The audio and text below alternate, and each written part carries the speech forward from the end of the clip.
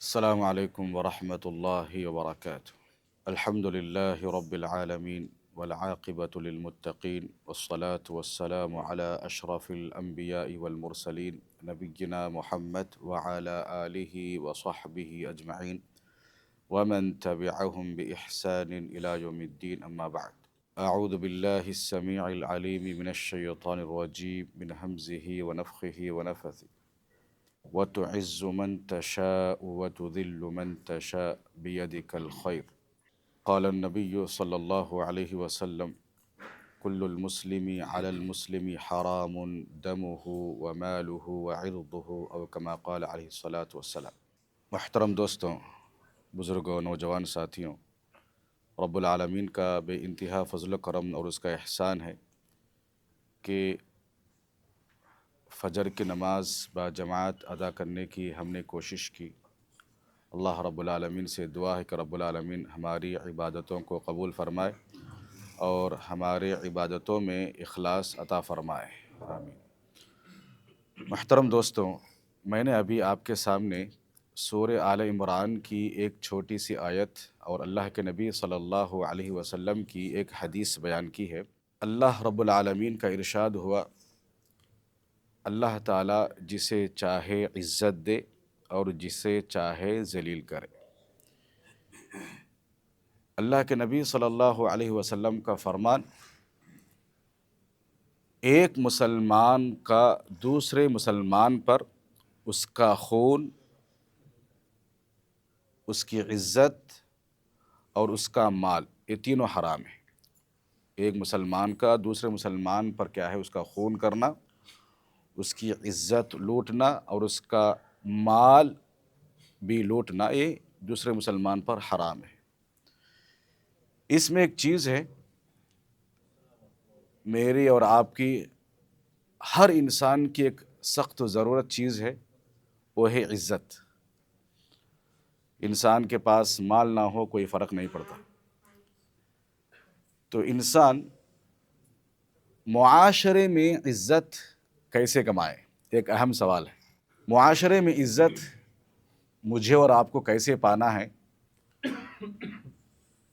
تو اگر ہم معاشرے کی بات کرتے ہیں تو سماج میں، معاشرے میں رواج یہ ہے کہ عزت مجھے اور آپ کو ملے گی اگر آپ دولت مند ہیں، یا تو مالدار ہونا، حسب و نسب، خاندان، قبیلہ، عہدہ، منصب، پوزیشن، ان تمام چیزوں کو سامنے رکھتے ہوئے ایک انسان دوسرے انسان کی عزت کرتا ہے۔ فرعون نے بھی اسی چیز کا سہارا لیا۔ فرعون نے کیا کہا؟ الیس لی ملک مصر وہذہ الانہار تجری من تحتی افلا تبصرون؟ یہ مصر کی بادشاہی کیا تم لوگوں کو نظر نہیں آتی میری بادشاہت؟ اور جس کے نیچے سے نہریں بہہ رہی ہیں، کیا آپ لوگوں کو نہیں دکھتا؟ مشرکین مکہ بھی یہ کہتے تھے کہ ہم زیادہ اولاد والے ہیں اور زیادہ مالدار ہیں، ہم عذاب نہیں دیے جائیں گے۔ نحن اکثر اموالا و اولادا، ہم مال کے اعتبار سے بھی اچھے ہیں، اولاد کے اعتبار سے بھی اچھے ہیں۔ وما نحن بمعذبین، ہم عذاب نہیں دیے جائیں گے۔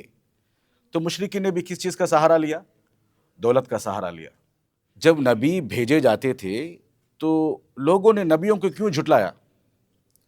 نبیوں کو جھٹلانے کی ایک اہم وجہ یہ بھی ہے کہ نبی مالدار نہیں تھے، جتنے بھی نبی بھیجے گئے مالدار نہیں تھے۔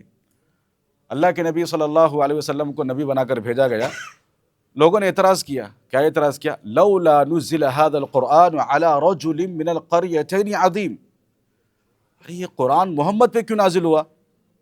یہ قرآن نہ تو محمد مالدار ہے، وہ تو یتیم ہے، یہ قرآن اس شہر کے، اس گاؤں کے دو عظیم لوگوں پہ نازل ہوتا تو کتنا اچھا تھا۔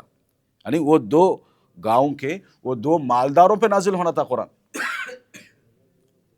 نہیں، معاشرے میں، سماج میں عزت حاصل کرنے کا ذریعہ دولت کو سامنے رکھا گیا ہے ہر زمانے میں۔ فرعون نے بھی اسی کا سہارا لیا، مشرکین نے بھی اسی کا سہارا لیا، نبیوں کو جھٹلانے والے بھی دولت کا سہارا لیا۔ اب دیکھیے، قوم بنی اسرائیل موسیٰ علیہ السلام سے کہا کہ ہم دشمن سے لڑنا ہے ہمیں، تو ہماری ٹیم سے آپ کسی ایک کو قائد بناؤ، کسی کو امیر بناؤ۔ تو موسیٰ علیہ السلام نے کیا کہا، دیکھو اللہ تمہارے درمیان ایک امیر کو چنا ہے، وہ کون ہے؟ طالوت ہے، طالوت کو تمہارا امیر بناتا ہے۔ تو لوگوں نے وہاں پر اعتراض کیا، انا یکون لہ الملک علینا ونحن احق بالملک، یہ طالوت ہم پر کیسے بادشاہت کرے گا، یہ کیسے ہم پر امیر بنے گا؟ وَنَحْنُ أَحَقُّ بِالْمُلْك، اس کے مقابلے میں تو ہم زیادہ سے زیادہ بادشاہت کے حقدار ہیں۔ کیوں؟ انہوں نے کہا کہ وہ تو مالدار نہیں ہے طالوت، اعتراض کرتے ہوئے کہا کہ ہم طالوت کو نہیں مانتے۔ تو ہر اعتبار سے سماج میں، معاشرے میں دولت کو، حسب نسب کو، خاندان قبیلے کو، پوزیشن کو، عہدے کو کیا ہے، ایک عزت حاصل کرنے کا ذریعہ سمجھا جاتا ہے، اور ابھی بھی ویسے ہی سمجھا جا رہا ہے۔ میرے بھائیوں، یہ دنیاوی معیار ہے۔ یہ معیار کس کا ہے؟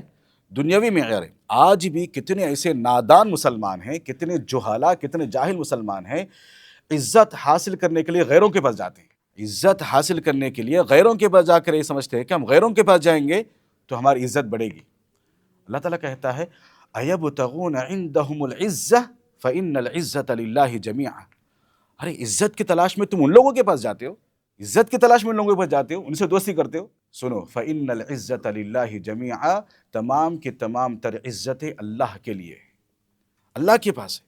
وَتُعِزُّ مَن تَشَاءُ وَتُذِلُّ مَن تَشَاءُ، وہ جسے چاہے عزت دے، جسے چاہے ذلیل کرے، یہ اللہ رب العالمین کے ہاتھ میں۔ تو میرے بھائیوں، یہ دنیاوی معیار ہے۔ کیا ہے دنیاوی معیار؟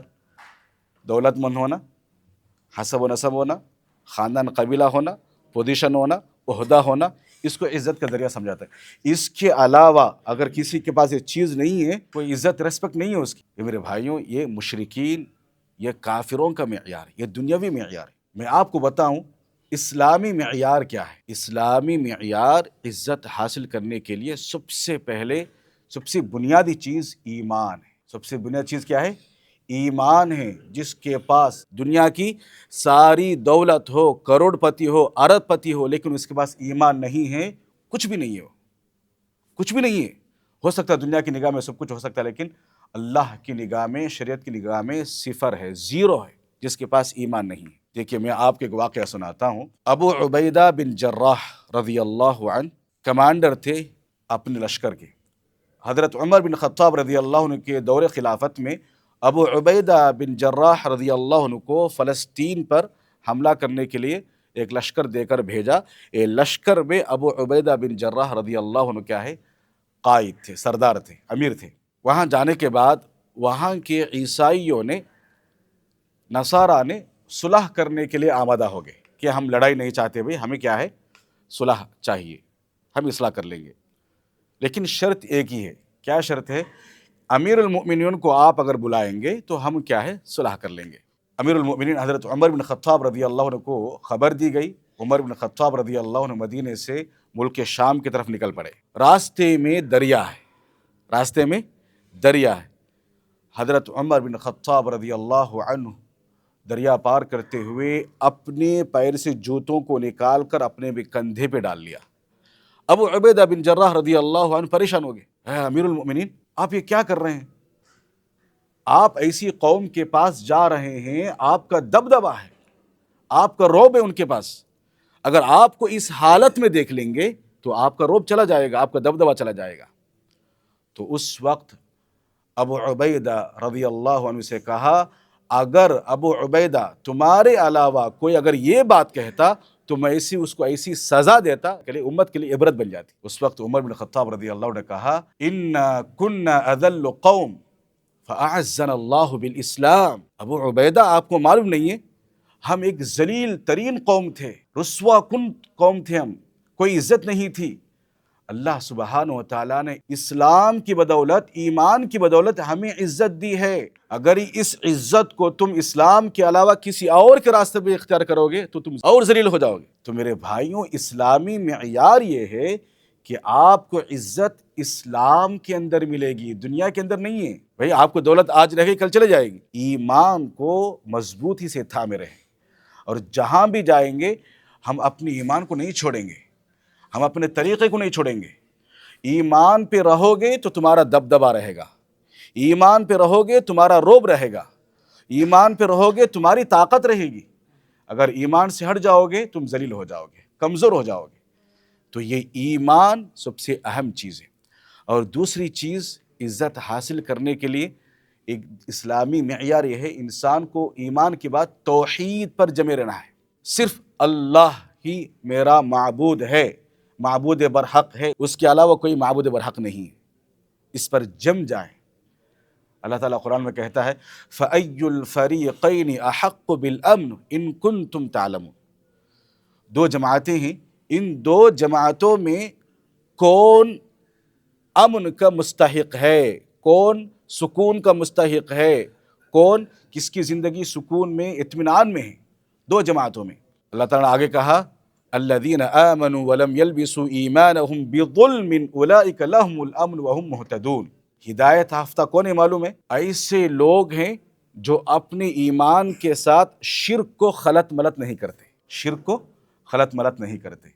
جتنی بھی تکالیف آئیں، پریشانی آئیں، جو بھی بیماریاں آئیں، اللہ ہی شفا دینے والا ہے، اللہ ہی بیماری دینے والا ہے، اللہ ہی اولاد دینے والا ہے، اللہ ہی اولاد چھیننے والا ہے، اللہ ہی نعمتیں دینے والا ہے، اللہ ہی نعمتیں چھیننے والا ہے۔